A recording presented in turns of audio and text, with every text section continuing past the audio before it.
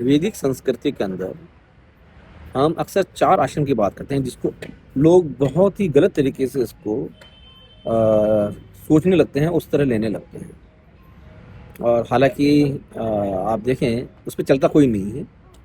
जो सच्चे वैदिक धर्म को मानने वाले हैं, वही चलते हैं। और वैदिक धर्म में मैं आपको बता देता हूँ, वैदिक धर्म किसी पर्टिकुलर किसी संप्रदाय, जाति से जुड़ा हुआ नहीं है, हिंदुओं से भी नहीं जुड़ा हुआ है। जो वैदिक क्रियाकलाप को जो मानते हैं, उनसे जुड़ा हुआ है।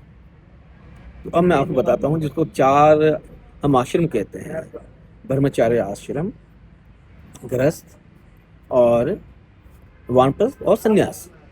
तो इसको 25-25 साल के अंदर हम लोगों ने इस तरह डिवाइड किया हुआ है। 25 साल का मतलब नहीं है कि आप 25 साल का ही आप एवरेज लेके चलें। ये समझाने के लिए एक इसका मर्म समझिए आप। उसको 4 हिस्सों में बांटा गया है। पहला हिस्सा ये शिक्षा का।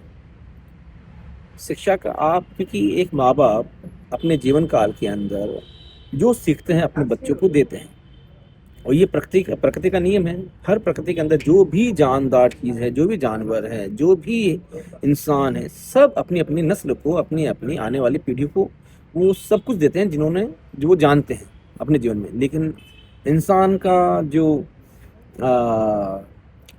बहुत बड़ा इसका सर्कल बन गया है। एक माँ बाप सारी चीज़ें तो अपने बच्चों को नहीं बता सकते, ना सिखा सकते हैं। संगीत है, गणित है, विज्ञान है, ज्ञान है, आध्यात्मिक है, कला है, संस्कृति है, बहुत सारी चीज़ें हैं, बहुत सारी चीज़ें। तो हमने एक संस्था डेवलप की, उस संस्था को हम कहते हैं स्कूल, कॉलेज, गुरुकुल, जो भी आप मान लीजिए।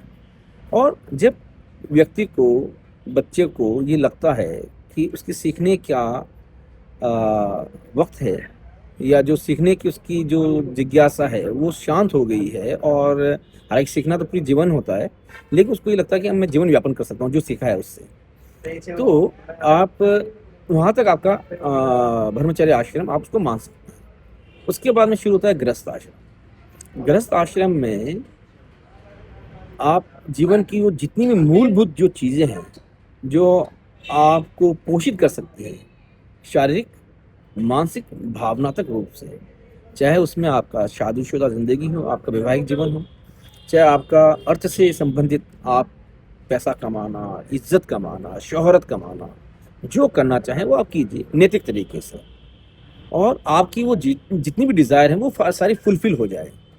तो आपको आने वाले जो समय में आपके वानप्रस्थ आश्रम में और या आपके संन्यास में वो कहीं रुकावट नहीं करें। कोई आपकी लालसा, कोई आपकी तमन्नाएं, आपकी इच्छाएं वो कुंठा नहीं बन जाए। तो आप उसका जो भी आपको पाना है, आप जितना भी पाए हैं, वो सारा आप कोशिश कीजिए और जीवन को सफल बनाने की कोशिश कीजिए।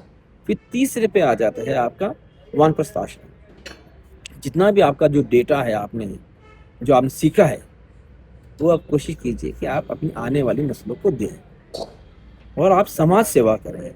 वानप्रस्थ का मतलब ये नहीं है कि आप जंगल में जाके बैठ जाइए, है ना, और आपका जो भी सामाजिक दायित्व है उसको पूरा कीजिए। तो वो होता है वानप्रस्थ आश्रम। वानप्रस्थ के अंदर ही आप संन्यास के लिए तैयार हो जाते हैं। और संन्यास का आश्रम का मतलब ही होता है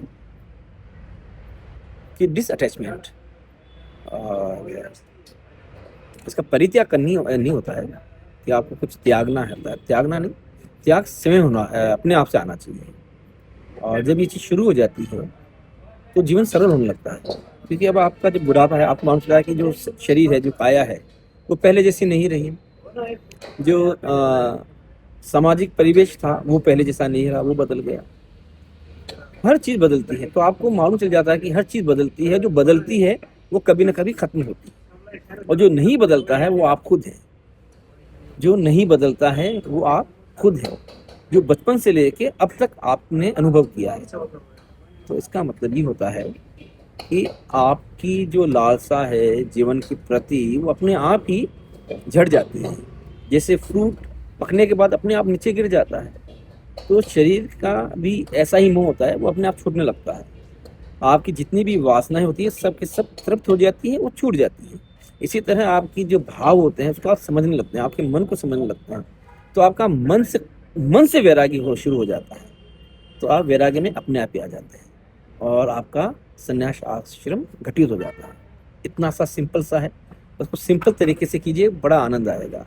आपकी वेशभूषा पे, आपके धर्म पे, आपकी जाति पे, आपके संप्रदाय के, आपकी ज़बान के ऊपर, आपके देश के ऊपर इनका कोई सरोकार नहीं है।